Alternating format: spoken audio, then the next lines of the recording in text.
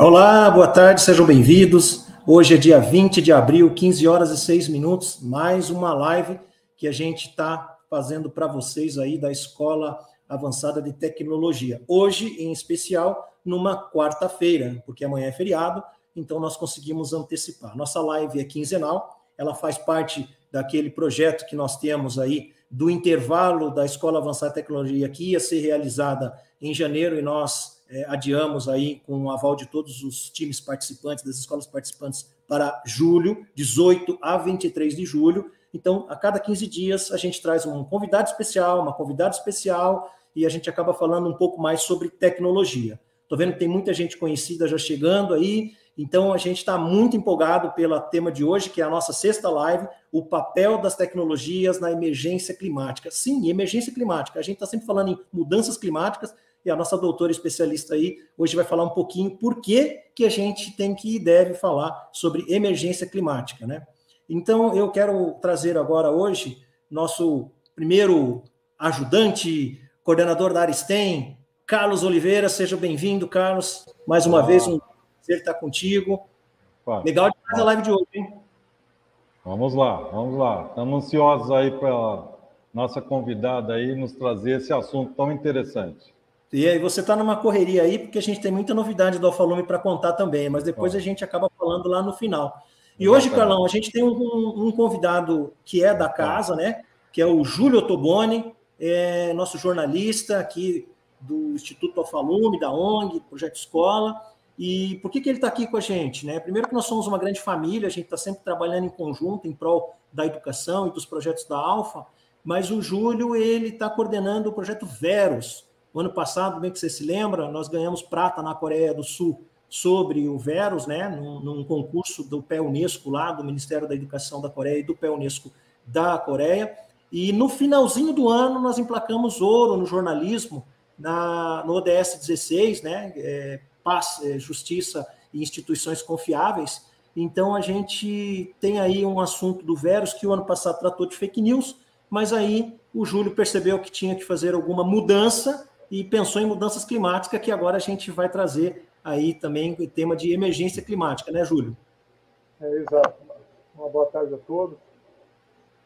A gente vai entrar, sim, com a questão dos extremos climáticos, as emergências climáticas, né, que é um assunto premente e que tem recebido também uma quantidade muito grande de fake news. Legal, muito bom. Então, vamos convidar a nossa, né, especialista, a pessoa que hoje vai estar aí fazendo essa live com toda essa galera aí que está com muita vontade de aprender um pouco mais. Então, seja bem-vinda, Patrícia Bianchi. Muito obrigado aí por acertar, né, por estar conosco nessa quarta-feira aí na parte da tarde, disponibilizar o seu tempo, o seu conhecimento. E o Carlos vai apresentar a doutora Patrícia Bianchi, e aí a gente já passa a palavra para a gente começar aí a nossa live. Fazer um pequeno resumo aqui, né? Senão... É muito grande o currículo dela. Vai tomar todo o tempo aqui. Então, a doutora Patrícia tem pós-doutorado em Direito pela USP, doutora também em Direito pela UFS, Universidade Federal de Santa Catarina, foi mestre em Relações Internacionais também pela mesma Universidade Federal de Santa Catarina, cursou doutorado também em Direito na Universidade de Ciências Sociais de Toulouse, na França. Ela é autora dos livros Eficácia das Normas Ambientais, em Meio Ambiente, tem certificações ambientais e comércios internacionais, e também é coautora dos livros Direito Constitucional Ambiental Brasileiro, Direito Ambiental e Sustentabilidade, entre outros livros, artigos e crônicas. Então, nós estamos aqui com a honra, né, de ter a doutora Patrícia aqui, trazendo esse tema aqui. E tem um dado especial também, ela é da família Alfa, ela é mãe Alfa, isso é muito importante para nós, porque a nossa comunidade é muito unida. Patrícia, seja bem-vinda, a palavra é sua. Bom, eu que gostaria de falar que é uma grande honra, né, estar aqui hoje. Eu sou uma admiradora do Instituto Alfalume desde o início em que os meus filhos entraram. Aliás, eu tenho dois filhos da instituição, então eu sou fã de vocês. E agradeço, né, a presença de vocês aqui, do Carlos, do Marcos, né, do Júlio. e de todos que vão acompanhar essa conversa, esse encontro hoje. E, então, para mim, é uma grande satisfação estar aqui. Legal, legal. Bom, então, vamos falar sobre essa questão, a emergência climática. Foi uma coisa que eu aprendi, né? Eu sou muito ligado à Agenda 2030, os 17 UDS, mas não tinha me ligado que a gente está numa fase de falar sobre emergência climática, e não mais só sobre mudanças climáticas, né? Então, a cada momento a gente vai aprendendo também. Queria que você já entrasse falando um pouco sobre isso, e a hora que você quiser, a gente coloca o slide. Sim, a cada relatório, a gente agora está no 6º relatório da ONU, do IPCC, bem antes desse último, que saiu agora recentemente em abril, e o que eu trago para vocês são justamente algumas notícias a respeito desse relatório, já insinuavam, né, há muitos anos que a gente não está mais em mudanças climáticas, nós estamos em uma emergência climática. Tanto que tem alguns dados que mostram que nós pioramos muito em termos de contenção de emissão de gases, né, nessa última década. Então, é mais que emergente que se faça alguma coisa, né, para que esse problema seja sanado, para que esse problema seja resolvido. E eu acho que a questão jurídica, a questão do direito ou de políticas públicas sozinha, ela não consegue, assim como a questão, já estou até adiantando, como a questão da tecnologia, que é a parte que motiva muito, né?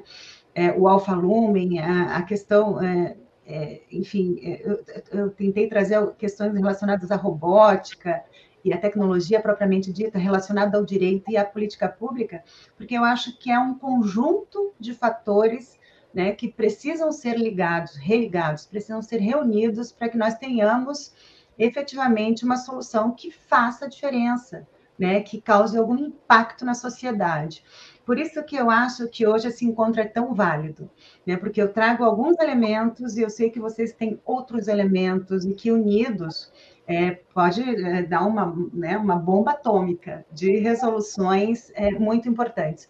Então, trago a minha ideia hoje aqui é trazer algumas ideias e reflexões, né, para provocá-los, né, para provocar esses alunos brilhantes, né, que eu sei que vão nos ouvir e que vão ter acesso a essas informações. Então, é mais no sentido de provocá-los do que propriamente de trazer algo pronto. Né? Legal. Então, você subir, então, os slides. Legal. E falando que o nosso público, né, o perfil, é lógico que é aberto, a live é aberta para todos, pelo nosso canal do YouTube. Peço para vocês curtirem nosso Instagram, acessar o nosso LinkedIn, curtir o nosso Facebook, curtir a nossa página de YouTube, tudo Alfa Lumen. É um público, Patrícia, que desempenhou todo um papel desde a Olimpíada Brasileira de Tecnologia, né, Carlos? E eles fizeram, né, todo o procedimento de Agenda 2030 com a equipe social, depois a equipe de matemática, que culminou numa grande celebração onde tiveram os medalhistas, que agora vão vir aqui em julho para a Semana Avançada de Tecnologia. É uma galera que já fez aplicativo, é uma galera que já aprendeu e consumiu a área de desenvolvedora, de programação. Então, assim, eu acho que é muito relevante que a gente consiga trazer esses temas tecnológicos, tá? Eu vou subir aqui a sua apresentação. Ok. E aí, quando você quiser, a gente já vai mostrando para vocês. Bom, para mim, mais uma vez, é uma alegria falar para esse público jovem e antenado, né? E que quer fazer a diferença na sociedade. Então, para mim, é uma motivação, a maior motivação.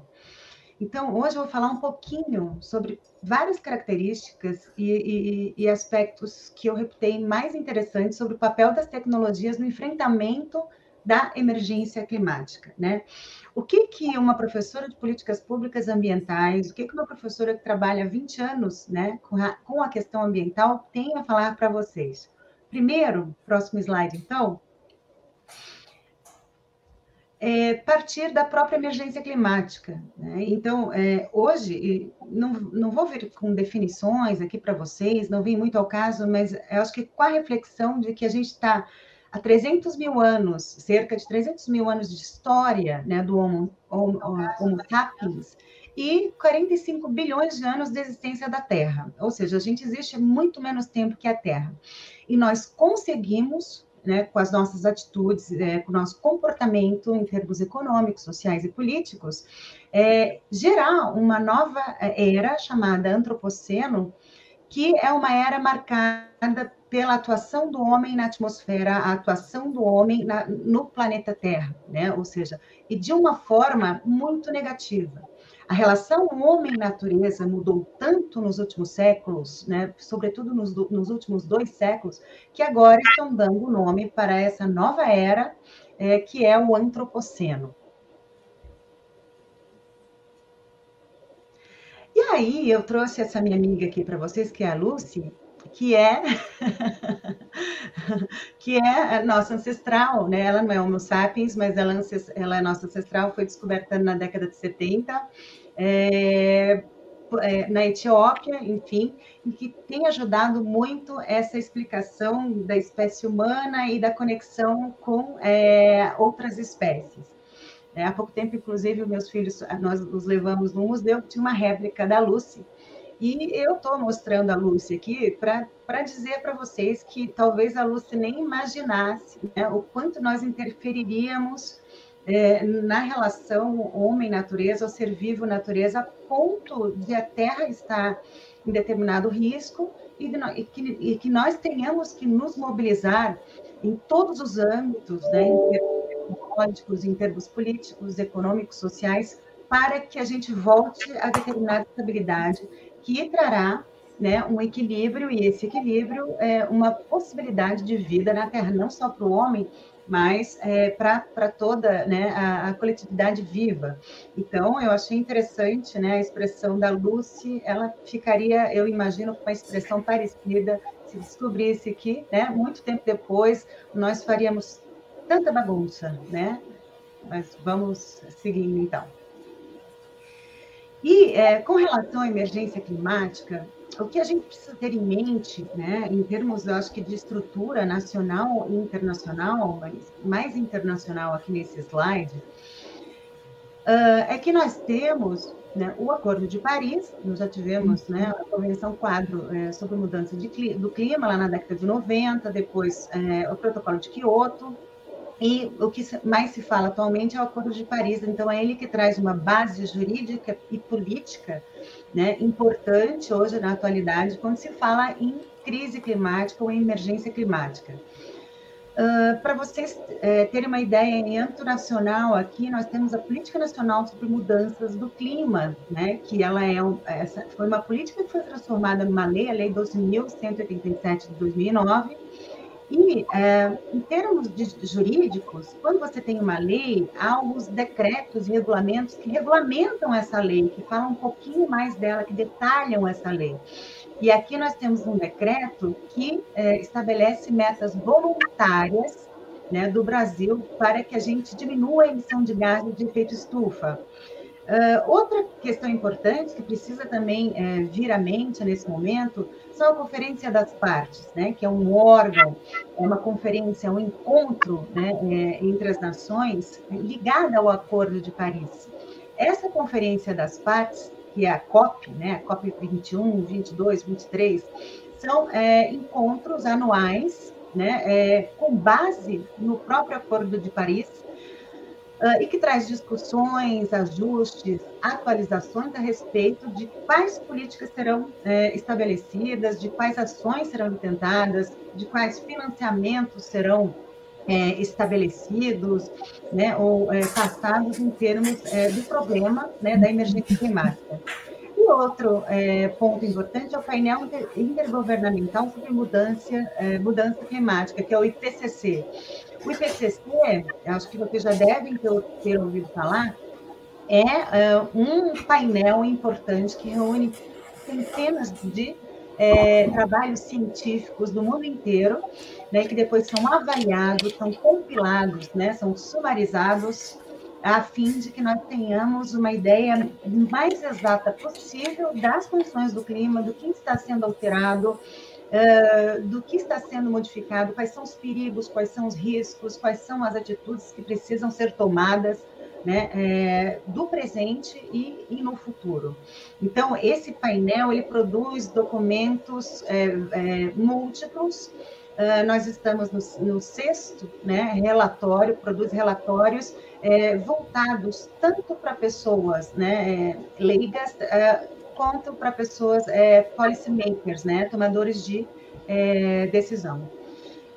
Aqui uma foto só da Assembleia Geral da ONU, né? O lugar é ainda mais bonito pessoalmente, é muito interessante ali que são discutidos não só os tratados internacionais, mas também, muitas vezes, algumas COPs, né, acontecem ali ou em outros países.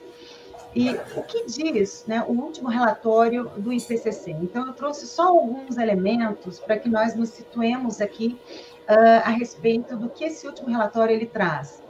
Né? Então, emissões globais de gases de efeito estufa, de 2010 a 2019, ou seja, praticamente uma década, né, foram as maiores de todos os tempos, né? Apesar de todo o alarde, de toda a solicitação, de toda a propaganda que a ONU vem fazendo a respeito da urgência de se tomar algum tipo de providência com relação à emissão de gases de efeito estufa.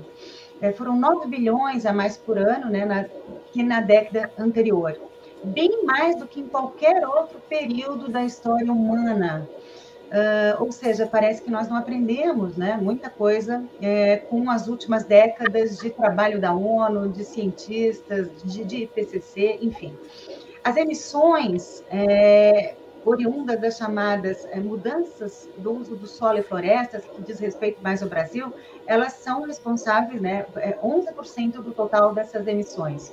As emissões maiores, ou seja, 2/3 dessas emissões, são geradas pela queima de combustíveis fósseis, né, e de emissão de CO2 na atmosfera. Sobretudo pela indústria, né, e em termos de geração de energia e de transportes. E o IPCC, o último relatório, fala que para que nós tenhamos uma chance razoável, né, de manter o aquecimento de 1,5, que é aquele módulo de segurança que a ONU traz, né, que foi colocado lá, estabelecido no Acordo de Paris, nós teríamos que parar com tudo, né, com as emissões até 2025, e depois nós teremos que decair essas emissões em 43% até 2030. E se nada for feito, se nós paralisarmos tudo aqui, né, o aumento de temperatura será de 3,2 graus Celsius em 2100, e aí os cientistas estimam que será um cenário desastroso para o planeta. E aí,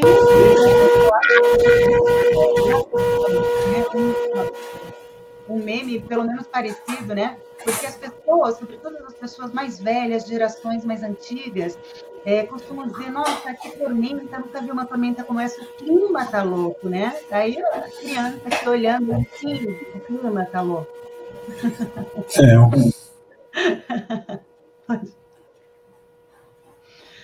E aí vem as consequências, né, que eu acho também que elas são, eu acho que até a TV aberta mostra essas questões hoje em dia, mas que as secas se tornarão muito mais frequentes, já estão, né, e chuvas extremas. E aqui vale a pena explicar que as pessoas comentam, sempre teve enchentes, né, as secas sempre existiram, mas elas estão vindo para lugares que nunca estiveram, né? E elas são, não, mas como que está resfriando a Terra? É a pergunta mais comum, às vezes, de pessoas que têm dificuldade até para visualizar essa questão toda.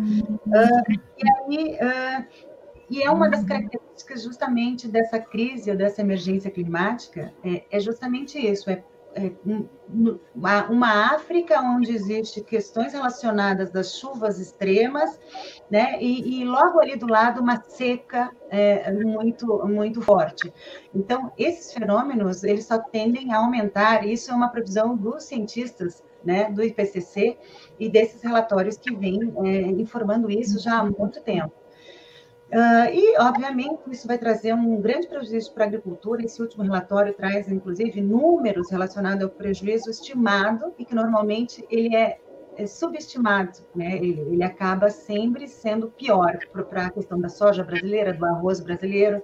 Então, vai trazer problemas com relação ao próprio comércio internacional. Então, traz um exemplo de inundações que tiveram em 2001 no Canadá, em que, por conta dessas inundações, né, o produto não conseguiu chegar ao porto, né, ao porto de Vancouver, e teve que retornar vazio, com containers vazios para a China, né, para a Ásia.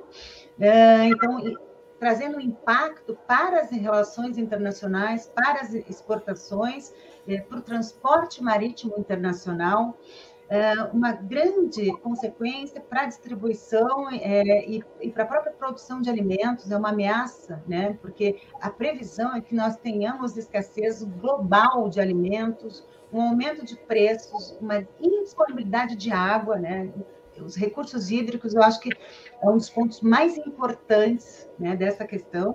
E o aumento, com tudo isso, de agitação social, de conflito armado, sobretudo em países mais pobres ou países chamados em desenvolvimento. E aí, aqui, então, aqui é São Paulo, viu? Então, as duas cenas são em São Paulo. Enchente, né, e seca. Então, é isso que os cientistas falam que vai se tornar cada vez mais recorrente, né, no Brasil e no mundo. E aí, o que a gente poderia pensar? O que se sinaliza, né, como solução para essas questões? Primeiro, antes da gente falar um pouquinho em tecnologia, eu gostaria de trazer a questão da chamada economia verde. Né? Então, vários autores, tanto da área jurídica ou fora da área jurídica, ambientalistas, enfim, hoje em dia, jornalistas, as pessoas têm batido muito nessa tecla, né, da questão da transição para uma economia verde. Então, as bases para essa economia verde, hoje, são muito bem visualizadas, né, nos Objetivos do Desenvolvimento Sustentável da ONU, né, nos ODS, que acabam figurando como uma base para essa questão. Inclusive, o ODS 13 fala, por exemplo, de uma ação contra a mudança global do clima, né, e da necessidade de se tomar medidas urgentes para combater a mudança climática e seus impactos.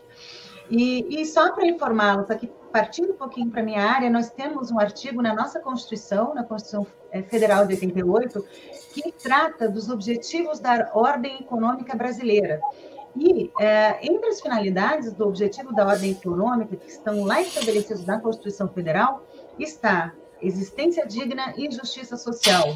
E um dos princípios elencados ali nos incisos está justamente a defesa do meio ambiente. Então, a própria ordem econômica jurídica brasileira, né, jurídico-política brasileira, tem uma sustentação para que nós tomemos atitudes, né, tenhamos atitudes e ações em termos de existência digna, né, porque a questão ambiental envolve a questão da existência digna, da justiça social e a defesa do meio ambiente. E tem isso como um princípio, né, estabelecido lá na Constituição.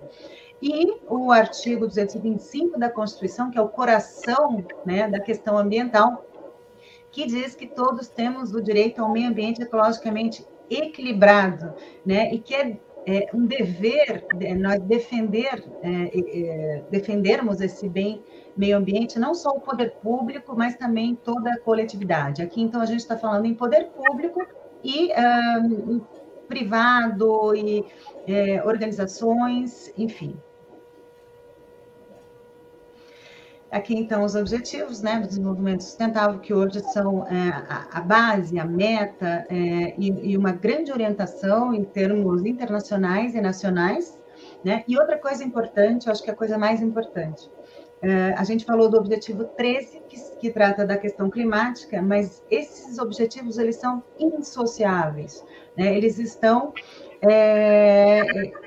extremamente ligados uns aos outros. Não há que se falar hoje em dia em questão climática e não falar de saneamento e de não falar da questão da fome zero, da vida no oceano e da questão das cidades sustentáveis. Então, são objetivos que estão interconectados, né? Existe uma complexidade aqui, quando se trata de objetivos de desenvolvimento sustentável, que precisa ser muito ressaltada e precisa ser muito bem entendida, né? Não adianta cuidar apenas do saneamento se existe uma questão climática que foi, né, não pensada. Não adianta tratar da questão do saneamento e não tratar do consumo, né, sustentável, enfim, de outras questões. Então, esse é um ponto muito importante atualmente.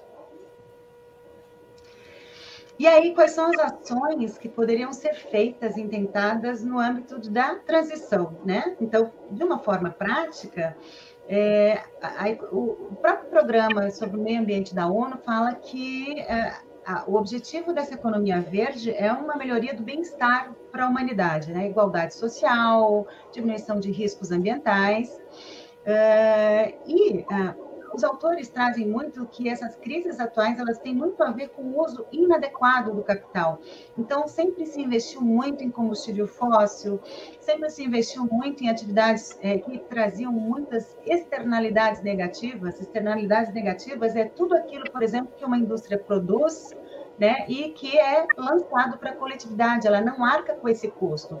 Como, por exemplo, uma indústria que lança dejetos poluidores, né, num determinado rio, e ela não paga nada por isso. Quem paga é aquele que pesca ali e que está, né, ou há uma diminuição dos peixes, ou há um prejuízo com relação à própria saúde, porque aquele peixe ingeriu, né, material contaminado. Então, essas externalidades negativas, durante muito tempo, elas foram ignoradas, e hoje em dia o mundo é um outro mundo, é um mundo que enxerga determinadas atividades com uma motivação de que essas atividades também tragam uma responsabilidade, né, em termos sociais e em termos ambientais.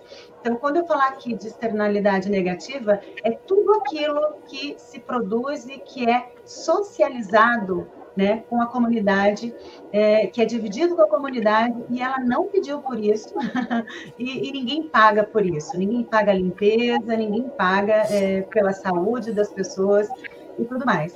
Então, a questão da inadequação do capital é muito importante, porque hoje o capital ele está sendo voltado para a sustentabilidade, né? Normalmente ele está indo, né, ou pelo menos é o que se quer, é o que se pretende, que ele também, que os investimentos e que tudo seja voltado para atividades sustentáveis. Bom,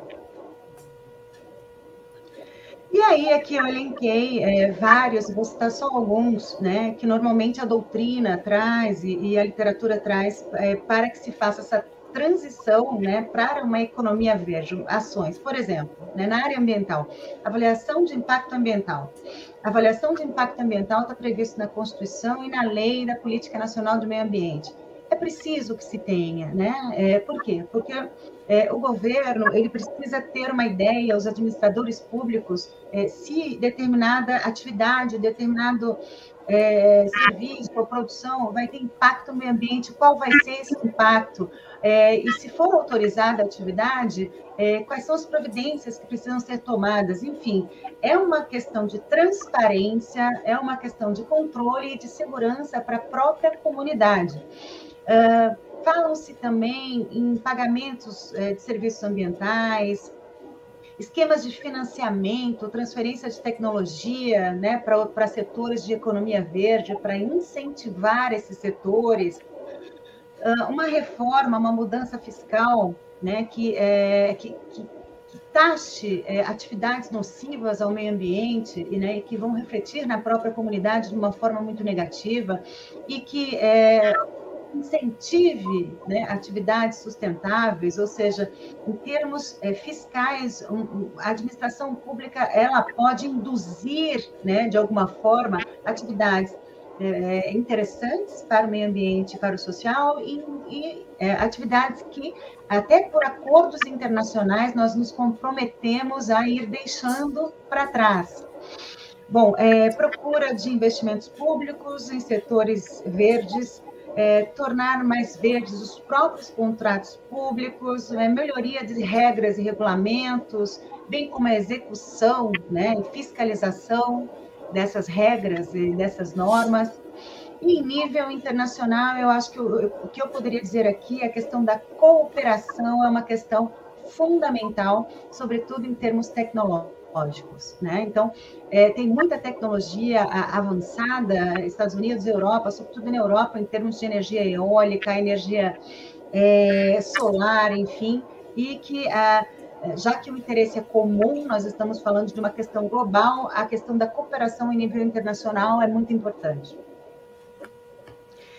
E o custo, né? Aí você fala, nossa, a gente sempre ouviu, assim, nas últimas décadas, mas isso é muito caro, né? Imagina, o Brasil é um país considerado um país em desenvolvimento, emergente, enfim, é muito caro. E as notícias são muito boas em termos de custo dessa transição para uma economia verde. O mundo hoje, né, ele tem condições, isso aí é um dado do último relatório da ONU, em cortar pela metade, né, as emissões até 2030, tendo como base, né, o ano de 2019. Isso utilizando tecnologias, né, de mitigação. Na última década, o preço da energia solar e das baterias de íon de lítio caiu 85%, da energia eólica caiu 55%, né? Aí também existe a questão da adoção de carros elétricos, de painéis solares.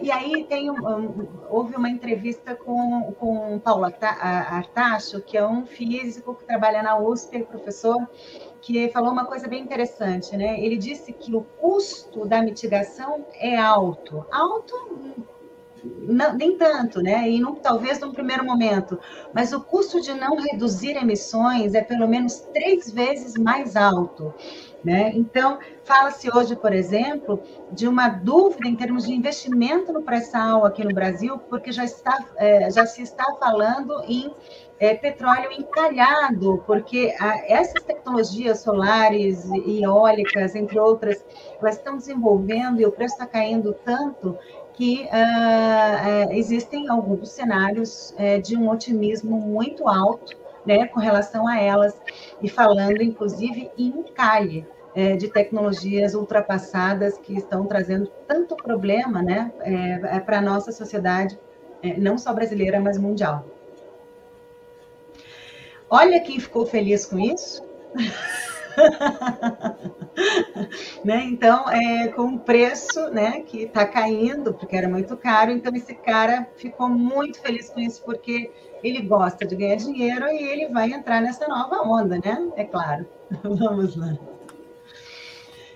E aí, entrando então bem no nosso tema, né, a questão da tecnologia para a questão da resolução das questões climáticas. Então, eu trouxe alguns aspectos positivos e depois alguns negativos, e aí a gente já parte para uma conclusão. Então, o que se tem por aí é que as tecnologias digitais, elas vão contribuir muito para a questão climática, né? Então, a tecnologia exerce um papel relevante na viabilização dos 17 Objetivos para o Desenvolvimento Sustentável, em termos de dados e de a questão dos satélites e da coleta de dados, e muita tecnologia dando um embasamento muito importante para que os administradores públicos tomem uma decisão mais precisa, né, na hora de decidir alguma política pública, por exemplo. Então, blockchain, cloud computing, inteligência artificial, 5G, por exemplo, podem influenciar diretamente as metas, né, de ESG, de companhias, governos, organizações, e com reflexos imediatos na sustentabilidade do planeta. Essa área aqui, por exemplo, com certeza, todo mundo aqui que está assistindo poderia até me explicar, né? Porque aí eu acho que é uma questão, e é neste braço, e é nesta questão que existe essa parceria, né, de políticos e teóricos da área, inclusive do direito ou da filosofia, de outras áreas, com as pessoas que trabalham com essas tecnologias, né? Essas tecnologias, elas estão sendo visualizadas, vistas como uma ferramenta incrível na solução desses problemas. Então, inclusive, com influência no aumento da produtividade e melhorando a qualidade do serviço. O uso da inteligência artificial pode ajudar na prevenção, por exemplo, de catástrofes naturais, como incêndio em florestas. A gente vai ver também a questão da agricultura um pouco mais adiante. Aqui, né, hoje, já tem muitas notícias do uso de drones, né, nas regiões agrícolas e que mostram, né, a questão da economia que se está tendo na agricultura com esses drones, porque eles acabam mostrando onde existem as debilidades, onde estão as pragas exatamente, a quantidade exata de agrotóxico que deve ser aplicada, não mais por aqueles aviões, né, que pulverizam não só a área que deveria pulverizar, mas muitas vezes até comunidades fora delas, porque não existia uma precisão, né, que hoje em dia é dada por esses drones. Enfim, é uma infinidade de vantagens que a tecnologia vem trazendo para a questão climática, porque a questão da agricultura, do agrotóxico, tem muito a ver com a questão climática. A gente vai ver também um pouquinho isso. Entre os aspectos positivos, as cidades sustentáveis, né? Então, a tecnologia vem trazendo essa integração de informações e que informa muito bem o gestor público. E aí tem o exemplo, né, do Centro de Operações do Rio, né, o COR, que foi inaugurado em 2010 e que realiza um monitoramento em tempo real, né, em todo o município do Rio de Janeiro, e reúne diversas agências, serviços públicos, autoridades, né, e alimenta um painel repleto de informações geradas a partir de uma análise de dados captados por sensores, câmeras e satélite. Então, é a tecnologia a serviço da qualidade de vida das cidades. E um outro aspecto positivo que poderia ser citado aqui também é a questão da energia limpa, as fontes renováveis. A América Latina está, né, se desenvolvendo muito com relação à questão da energia eólica, energia solar. A gente também já tem uma geografia muito importante em termos de hidrelétricas, né? Apesar de que nós tenhamos alguma ressalva, os ambientalistas têm alguma ressalva com relação às grandes hidrelétricas, mas, enfim, nós temos um conjunto hoje, né, de energias chamadas energias renováveis e que têm um impacto muito bom, inclusive no resultado final da emissão, né, de gases de efeito estufa.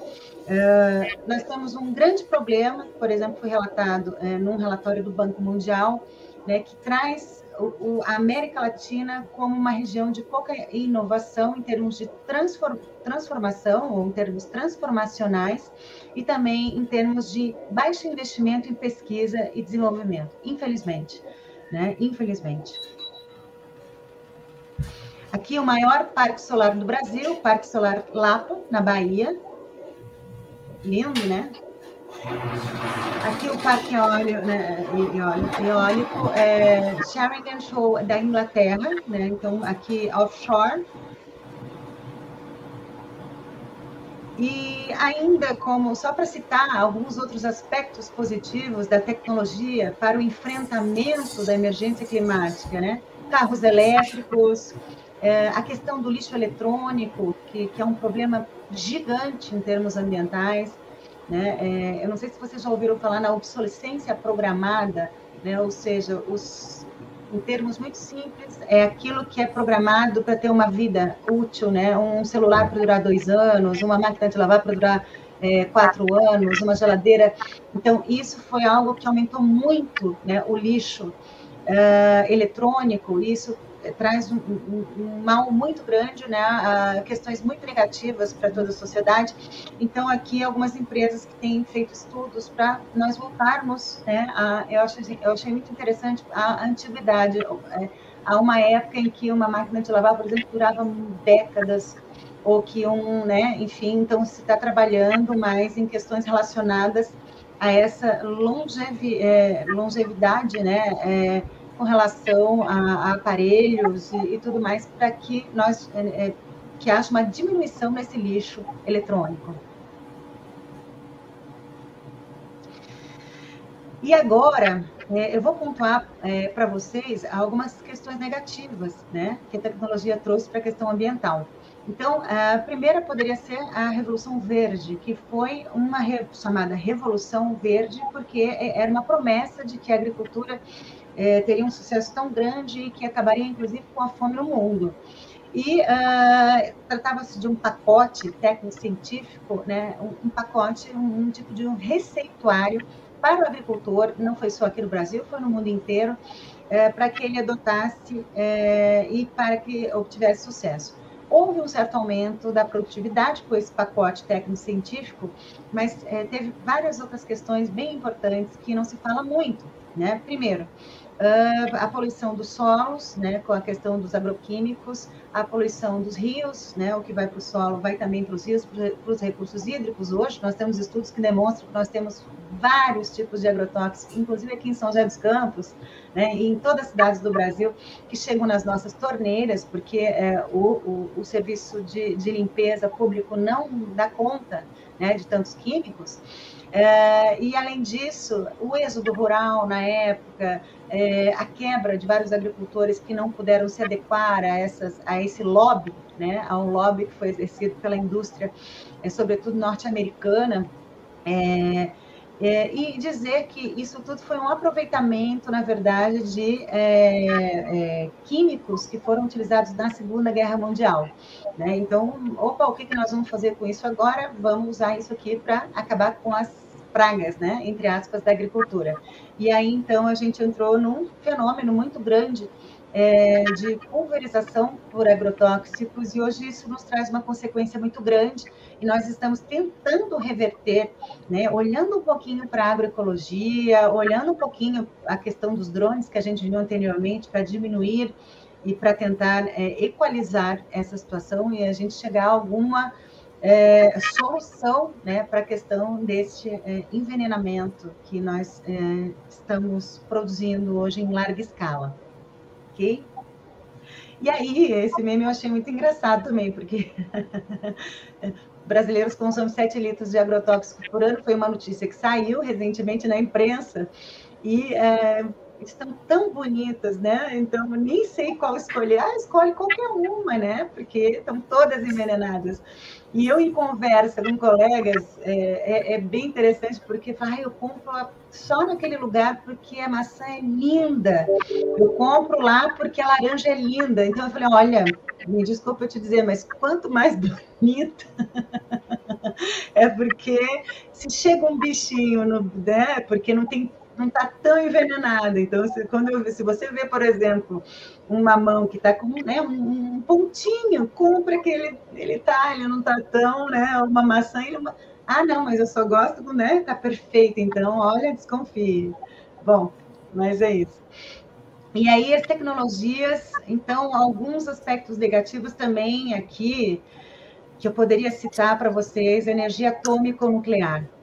Né? Então, a questão da energia atômico-nuclear, a Europa utiliza muito, está querendo se livrar, está tentando, né, mobilizar investimentos. Eu tive em 2017 na Comissão Europeia, no Parlamento Europeu, então havia toda uma mobilização para investimento em energia solar, né, inclusive com metas, né, estabelecidas em tratados da União Europeia, para estabelecimento de energia eólica e solar, para se livrarem da energia atômica ou nuclear pelo risco, pelo lixo, né, e pelas incertezas, por exemplo, de armazenamento que ainda perduram em termos de material radioativo. Possibilidade de acidentes nucleares, sempre há, né, e a exemplo de Chernobyl, né, e eu trago uma foto em seguida, Chernobyl, né, que é a morte invisível, radiação que matou milhares e transformou uma área do centro da Europa em deserto. Né, a gente está falando tanto hoje da Ucrânia, né, e a gente não faz tanto tempo que houve uma grande tragédia, né, e a Europa treme, né, apesar de estar com essa grande batata quente na mão, que é a produção de energia considerada limpa, entre aspas, mas que tem um risco muito alto. Ok? E aí, com relação também a umas questões negativas que eu tinha que trazer para vocês, né, sobre a questão ambiental, as usinas termoelétricas, né, que são consideradas também, muitas vezes, uma energia limpa, entre aspas, né, que é por gás natural, mas que não tem nada, não é um gás natural, né, como, por exemplo, quando a gente fala em agrotóxicos, quem é da indústria, para minimizar, fala defensivos agrícolas. Parece bem mais bonito, é como aqui o gás natural também, fica muito mais, né, soft, muito mais bonito, mas ele causa uma poluição hídrica, em razão do próprio processamento, né? Elas também emitem o CO2, né? O dióxido de carbono e um elemento chamado NOx, né? Que é um contaminante atmosférico nocivo, sobretudo para o sistema respiratório, né? Humano. E esse gás natural, na realidade, ele é um elemento fóssil na versão comercial que se pretende chamar de gás natural, né? Mas traz consigo vários elementos como mercúrio, metais pesados após a queima, indo parar na atmosfera. Então, ou seja, é uma questão bem interessante, precisa ser elucidada. Vocês estavam falando inicialmente fake news, né? Mas tem muitas coisas que não chegam a ser fake news, mas chega a ser metade da verdade, né? Metade da verdade contada, e que acaba sendo quase que uma fake news. Então, é muito importante a questão da informação, é algo que está também na Constituição Federal, e eu acho que é muito importante a gente ter uma informação, né, o mais próximo possível da realidade para que possamos trabalhar em cima dela. Incineradores de lixo também, né, são muitas vezes vistos, sobretudo, às vezes até pelo poder público, como uma alternativa aos aterros, né? Porque a gente olha aqueles aterros, nossa, coisa feia, quem é que quer lixo, né, na sua cidade? Quem quer ter um aterro de lixo? Então, a gente realmente tem que ter alguma alternativa e tem que trabalhar por ela, e a tecnologia precisa trabalhar por essa alternativa. Mas, por enquanto, incineradores de lixo é outra coisa que a Europa está tentando se livrar, né? Sobretudo vender para nós. Sei disso porque eu já trabalhei no CONSEMA, no Conselho de Meio Ambiente aqui do Estado de São Paulo, e eles tentam realmente vender algo que está até ultrapassado lá. Por quê? Porque incineração de lixo parece que vai queimar o lixo e tudo vai resolver, né? Mas apresenta-se também como uma atividade poluidora que lança também gases de efeito estufa na atmosfera, emitem o tal do NOx também, que traz um prejuízo muito grande, né, em termos respiratórios para os humanos, e ainda corre o risco, dependendo do processo, né, do lançamento das chamadas dioxinas, que são substâncias carcinogênicas. Né? Então, quem vai querer, né, tendo ciência exata, ou um pouquinho mais aprofundada até do que isso, ter como vizinha uma usina, né, incineradora de lixo.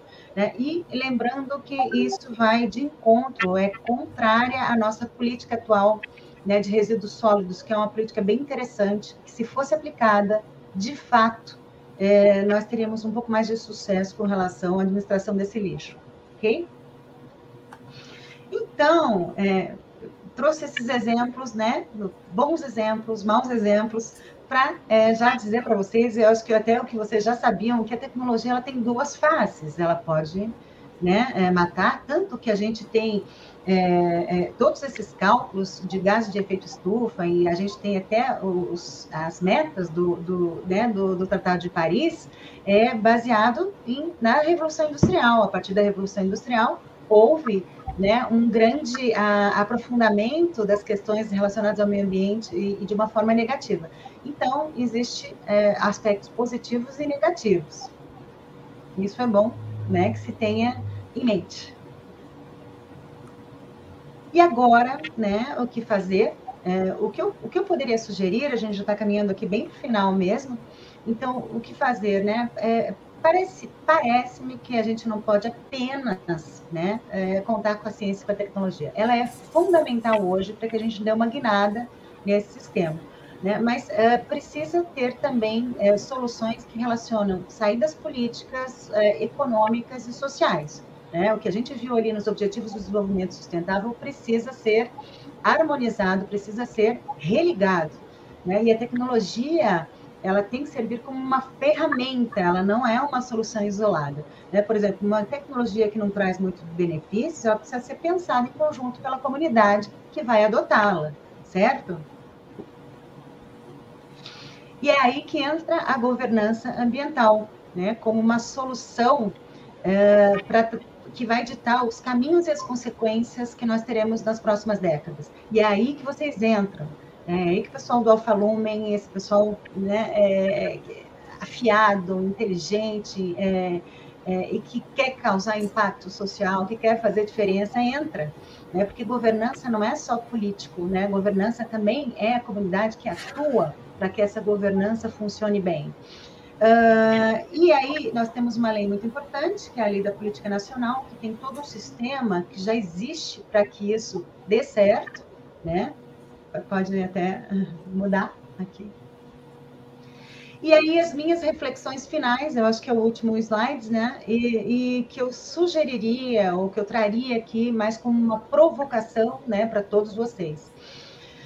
Desde o início da civilização, cada geração costuma deixar a próxima, né, um planeta semelhante, né, que herdou, por exemplo, que eu herdei dos meus pais, dos meus avós, e a nossa geração pode ser a primeira, né, a abolir essa tradição. Isso, se a gente for ler os relatórios do IPCC, sobretudo o último, isso não contém exageros. Né? Nós estamos realmente caminhando com toda a animação para trazer problemas absolutamente insolúveis, né, com relação à nossa permanência aqui no planeta. Os mercados, eles tradicionalmente, eles não têm a função de trabalhar pelo social, de problemas sociais.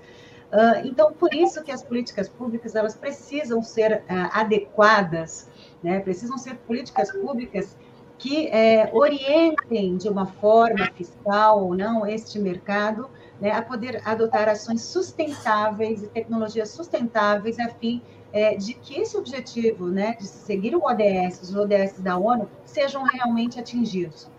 E hoje a tecnologia, ela amplia a possibilidade de combinar sustentabilidade e lucratividade, né? E essa combinação, ela deve ser um motor para o crescimento econômico, inclusão social e proteção ambiental. Né? Não há que se falar mais em desenvolvimento tecnológico sem inclusão social e proteção ambiental, entre outras. Né? Então, eu acho que essa questão é uma das questões mais importantes. Quem conseguir ter esse pensamento global, esse pensamento que abarca a realidade como um todo, né, e não deixa algumas partes de fora, eu acho que vai conseguir visualizar uma realidade muito interessante e vai conseguir também depreender disso uma solução importante, né, seja para o Brasil ou para o mundo.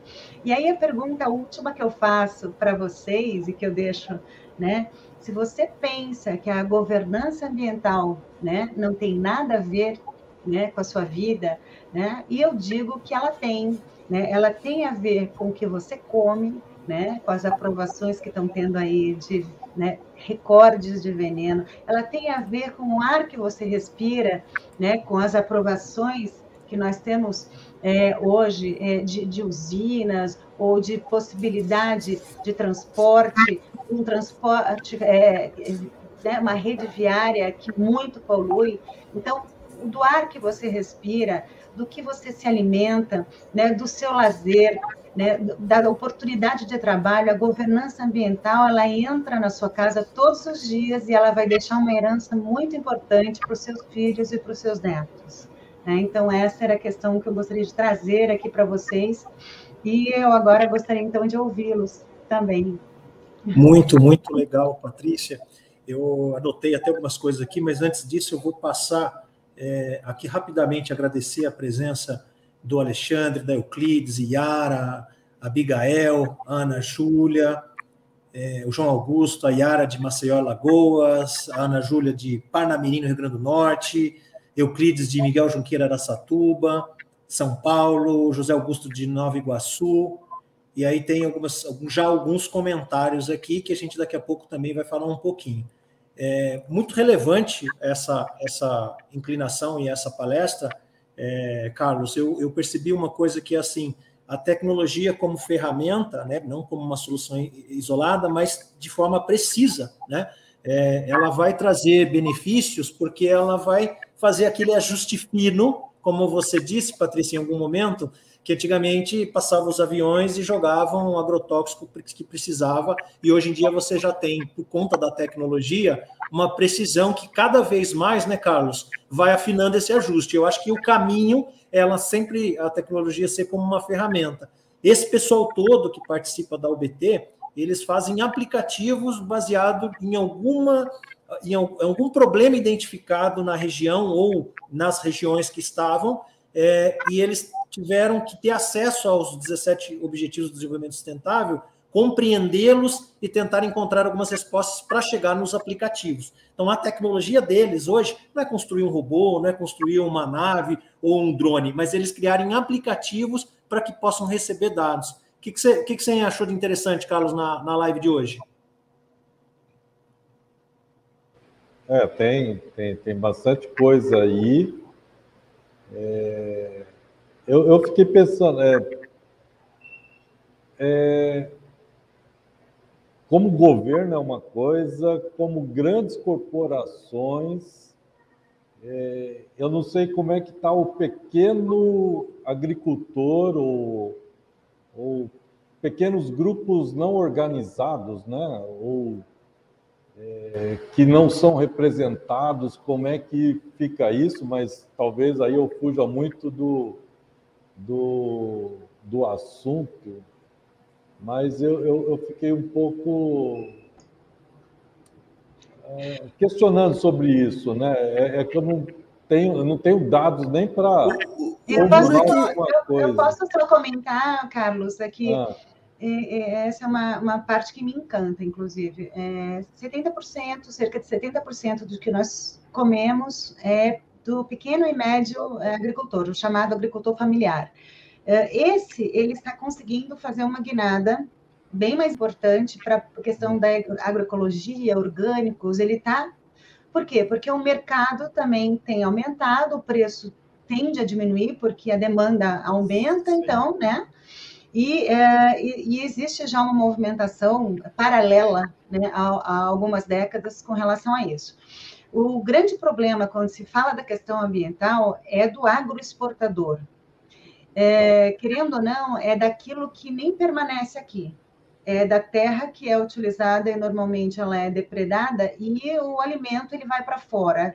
E hoje em dia não há que se falar nem muito em geração de grandes empregos, porque é muito mecanizado, já é desenvolvido a ponto de nem, né? Porque muitas vezes se utiliza a retórica do mas vai dar empregos e vai. Então a questão do pequeno e do médio agricultor é maravilhosa, que eles estão conseguindo se inserir nessa economia verde. Né? Claro que uns com muito mais dificuldade do que outros, mas já é um movimento importante assim, na agricultura brasileira. Você sabe que eu ia comentar o seguinte, né? Depois da gente escutar você falar, Patrícia, eu sou igual ao Ariano Suassuna, querido Ariano Suassuna, eu sou um realista esperançoso, mas que é catastrófico o momento, né? Realmente, para os jovens que estão aí, a gente precisa realmente pensar muito em como colaborar como indivíduo, né, e como coletivo. Marco, e aproveitando também para algo que eu, antes de chegar aqui, eu falei, eu preciso ressaltar isso. Não somos nós que estamos dizendo que isso é grave. São, por exemplo, acho que o último relatório foram 800 cientistas, 800 trabalhos científicos, depois tem uma outra seleção por pares, é tudo muito cuidadoso, então não é de um partido, né? Não são cientistas do mundo inteiro, então não é assim nada. E o que a gente tem que trabalhar, seja qual for a área, vocês falaram em fake news, mas é a questão do negacionismo climático, né? Então, essa gente jovem, maravilhosa, inteligente, que está tendo um acesso à informação, um acesso ao conhecimento, precisa também ter essa disposição de desmascarar ou de enfrentar, né, esse negacionismo climático, porque isso atrapalha um trabalho incrível que está sendo feito e numa tentativa de trazer soluções, isso mina as soluções, mina algumas questões políticas. A questão da fake news, né, é uma aliada desse negacionismo. Então, eu mesmo já recebi no meu WhatsApp, né, questões que eu olho, meu Deus, como combater isso? Porque é uma mentira que parece fazer sentido, é uma mentira que foi... Né, e que muitas vezes são questões que citam o nome de cientistas, inclusive, para negar, né, mas e que se a gente for olhar a história da humanidade, pessoas desse tipo existem em qualquer profissão, né? Em qualquer profissão. Você que trabalha como engenheiro, como advogado, como médico, sempre tem aquele que... Desculpem, A Ana mas... Júlia colocou aqui, complementando, desastres começam com os cientistas sendo ignorados. E é bem verdade mesmo isso daí. A Ana Júlia é de Parnamirim, lá no Rio Grande do Norte. Júlio, só para a gente se organizar aqui, nós estamos com 1 hora de live, mas a gente começou 5 minutos atrasado, então nós temos mais 5 minutos. Né? A gente gosta aqui, Patrícia, de ficar cravado nos 60 minutos. Por quê? Primeiro que a gente cria uma cultura de horário, né? Uma cultura de planejamento, e também porque a gente deixa o gostinho de quero mais. Então, isso que também é muito bacana. Mas o Júlio, como convidado, ele vai falar rapidamente, ele vai falar um pouco sobre o porquê que o projeto Verus, que eu já falei no início, vai entrar nessa questão, e vai precisar muito de você, viu, Patrícia? Espero que você seja sempre uma colaboradora nossa aí, na parte intelectual, na parte de mão na massa também, né? Vamos fazer algumas coisas, né? E eu estava conversando com o Júlio, ele vai explicar um pouco melhor, a necessidade de mudar de fake news para a emergência climática e também de entrar um pouco mais na questão tecnológica do Verus, de se tornar um aplicativo que as pessoas possam baixar e ter ali uma biblioteca, de uma imersão em conhecimentos, do que ficar no momento que a gente está ainda só em redes sociais. Júlia, a palavra é sua, você tem 3 minutos para falar. Depois eu volto, gente, para colocar as perguntas de alguns, mas a gente não vai conseguir responder hoje, tá, pessoal? Desculpa, mas a gente depois responde no e-mail de cada um que a gente tem, são todos da família. Mas eu gosto de, pelo menos, citar, né, Carlos, as perguntas que a gente tem, que daí vai demorar muito, vai precisar de outra live só para responder. Júlia, a palavra é sua. Rapidamente, eu queria indicar um livro que é da Elizabeth Colbert, chama A Sexta Extinção, a que não estava programada. Foi Pulitzer, há uns 6 anos atrás. É um livro espetacular para ter compreensão de todo esse processo do antropoceno. A questão do Verus é a colaboração que os estudantes do Alpha-Lumen vão poder dar na tentativa dessa reversão desse quadro mundial. A gente tem que pensar o planeta como um todo, ele é um todo. Essas separações políticas, geográficas, elas geopolíticas, elas inexistem. A mudança climática ela afeta o planeta e vai afetar o futuro, não só da nossa existência, como da existência de todos os outros seres que habitam esse planeta. Então, o Verus ele vai entrar ainda com muita força combatendo as fake news climáticas. Elas já estão migrando, né, as fake news, para o negacionismo climatológico. Tem entidades imensas sendo financiadas. Isso daí não é teoria da conspiração. A gente tem nos Estados Unidos, a gente tem aqui no Brasil, infelizmente. Até era um governador do Mato Grosso que patrocinava. Ele é dono de uma grande empresa ligado ao agronegócio. E na Argentina você tem várias partes do mundo e que espalham as fake news, e a gente vai começar a fazer um trabalho hoje voltado primeiro, para a informação, né, a informação correta, e as pessoas usarem a tecnologia do celular para o bem, né, para começar a difundir e divulgar as informações corretas e combater as mentiras que são altamente prejudiciais. A gente tem um planeta só. Até esse momento, nós não conhecemos nenhum outro planeta próximo que possa abrigar vida, como a que a gente conhece aqui. 1/3 dos habitantes do planeta Terra, 1/3 não quer dizer que sejam humanos, então as espécies estão entrando em processo de extinção ou declínio acentuado em suas populações. E isso daí é mais do que urgente. É mais do que urgente que a gente tome a liderança nesse processo, principalmente as gerações mais novas, e compreendam a importância delas na atuação da reversão desse quadro. Tá? Então, aqui nós vamos encarnar muito a questão da Greta. Nós vamos ser os ambientalistas jovens, né? Nós vamos colocar toda essa discussão e todas as verdades que foram necessárias com cunho científico para circular. Muito bom, muito bom. Deixa eu só ler aqui o pessoal. A Maria Cláudia disse: assunto imprescindível, precisamos ter esse tema mostrado e discutido, né, discutido. A Ana Júlia comenta também: live muito incrível. A Bigail Mendonça: excelente exposição sobre a emergência climática, show demais, ou seja, vários elogios, ótima live, isso é muito legal. Eu queria só deixar essa pergunta aqui para depois a gente responder, Carlos, Patrícia e Júlio, né?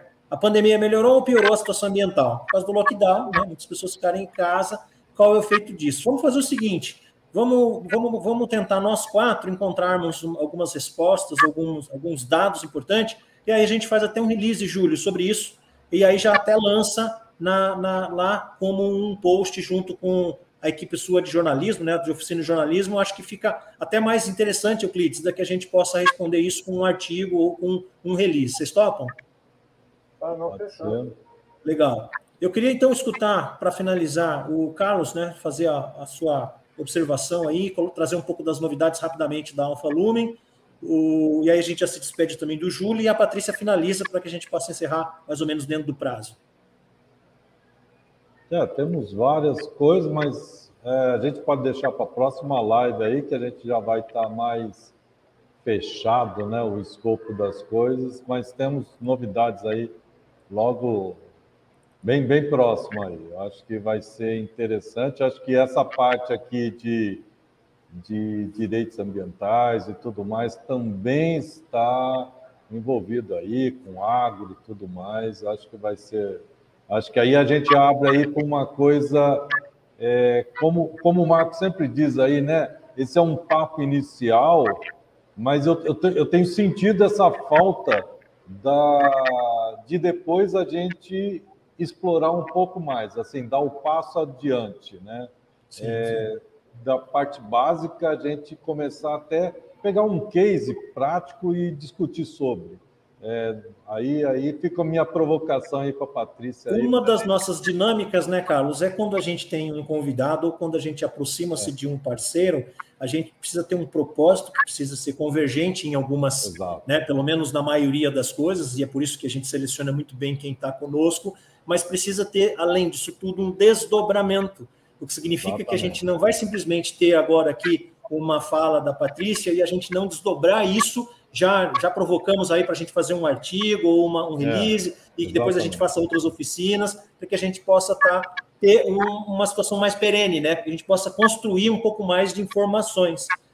Patrícia, queria muito agradecer a sua presença, né? Carlos e o Júlio são grandes parceiros aqui na Alfa, seja sempre muito bem-vinda no nosso espaço. Queria encerrar com as suas últimas palavras. Foi um prazer falar com vocês, né? Todos aqui, e eu também me disponibilizo a dar continuidade ao artigo, porque a questão ambiental é uma questão multidisciplinar, extremamente complexa, não no mau sentido, no bom sentido, né? Ela envolve vários âmbitos da sociedade, e hoje em dia, mesmo na questão ambiental, tem a questão, por exemplo, da justiça ambiental, da injustiça ambiental, que eu não coloquei aqui hoje, porque não daria tempo, vocês veem, né?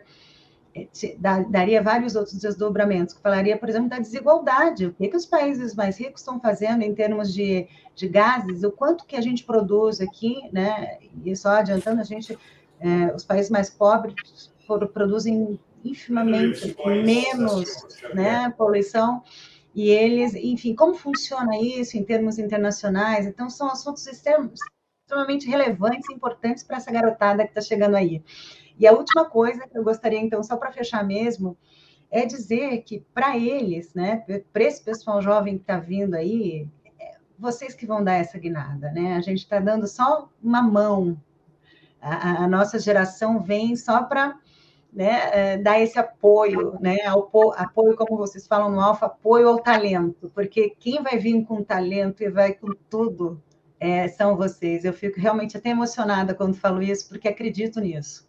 Né? Vocês, a partir daqui, a partir do que vocês estão tendo, né, vocês vão ser os verdadeiros protagonistas dessa mudança que precisa ser dada. né? Então, muito bom, né, ter estado aqui com vocês hoje e obrigada pelo convite. Me mantenho à disposição, então, né, para as demais questões. Nós que agradecemos a presença da doutora Patrícia Bianchi, que trouxe esse tema na sexta live.